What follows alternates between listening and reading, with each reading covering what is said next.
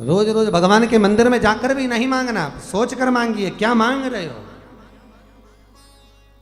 सेवा करो पर धन के लालच में नहीं। एक पिताजी की 4 बहुएं थी। कितनी बहुएं?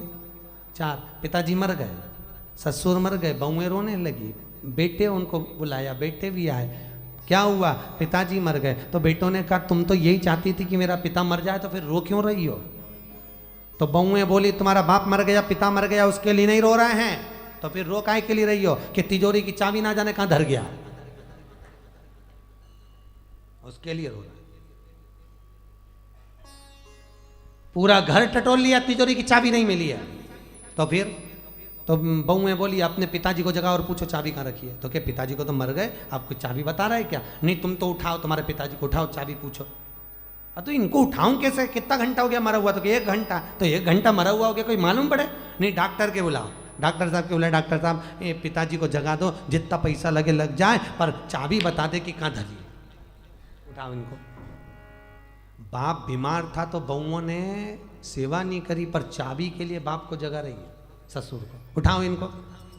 डॉक्टर साहब ने कहा भैया मर तो गया, अभी जगेगा तो है नहीं। नहीं फिर भी जगा दो डॉक्टर साहब, जितना पैसा लिख जाए। डॉक्टर साहब ने कहा ठीक है, 80,000 का एक इंजेक्शन लगेगा, ससुर के लगेगा, ससुर उठ के बैठेगा, उतनी देर में पूछ लेना चाबी कहाँ धरी है, ठीक है? चाबी का पूछ लेना, और नहीं तो फिर ससुर वापस मर जाएगा, थोड़ी देर ही जगेगा, बस 1 सेकंड, उतनी देर में पूछ लेना, ठीक है? बहुएं के लगाओ इंजेक्शन। डॉक्टर साहब ने कहा लाओ 80,000। बहुएं गई अपनी अपनी रकम बेच के आ गई 20-20 हज़ार की। 80,000 डॉक्टर के दिए। डॉक्टर साहब ने कहा इंजेक्शन लगा रहा हूँ, खड़ी हो जाओ। चारों बहुएं खड़ी हो गई, पति लोग एक साइड खड़े हो गए। डॉक्टर साहब ने जैसे इंजेक्शन लगाया, ससुर उठ के बैठा। जैसे ससुर उठ के बैठा, इतनी देर में बहू बोले, उससे पहले ससुर बोला क्यों री गाय की रोटी धरी थी, गाय को दी कि नहीं दी? और मर गया। अल्लाह, 80,000 का इंजेक्शन लगाया, बताओ, रोटी देके मर गया। बहू में फिर रोने लगी, डॉक्टर साहब एक और लगा दो, चाबी तो मिल जाए। दुनिया के लोग केवल धन के मीत हो गए, सेवा के लिए केवल धन के मीत। पर बेटी एक ऐसी होती है जो सबका सुख चाहती है। क्या नाम था प्रहलाद की बुआ का? है होलिका। ये तो त्योहार का नाम है, प्रहलाद की बुआ का नाम पूछ रहा। होलिका नहीं है, प्रहलाद की बुआ का नाम बता भाई, जल्दी बोलो। मैं संगठन पुरस्कार देगा, पक्का है, बोलो जल्दी।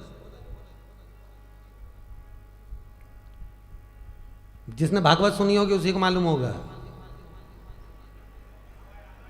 प्रहलाद जी की बुआ का नाम था डूंडा। क्या नाम था? डूंडा। ये प्रहलाद की बुआ थी जिसको ब्रह्मा जी ने चादर दी थी, ओढ़ कर बैठी थी। याद है? कैसी थी, अच्छी थी कि बुरी? अरे बोलो ना। बुरी थी। क्यों बुरी थी? क्योंकि भतीजे को जला रही थी।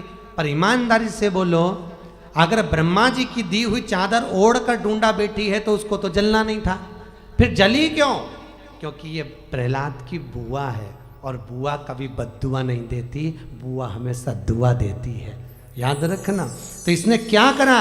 प्रहलाद की बुआ ने भतीजे को गोद में बिठाया, चारों तरफ से अग्नि लग गई। बुआ को लगा मेरा भतीजा जल जाएगा, अपनी चादर उतार कर अपने भतीजे पे डाल दी, खुद जल गई पर अपने भतीजे को बचा लिया। ऐसी होती है बुआ। ये थी डूंडा।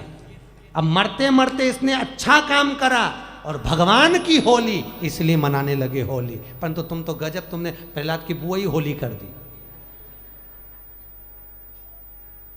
होली कब हुई? जब मरते मरते अच्छा काम करके परमात्मा की होली।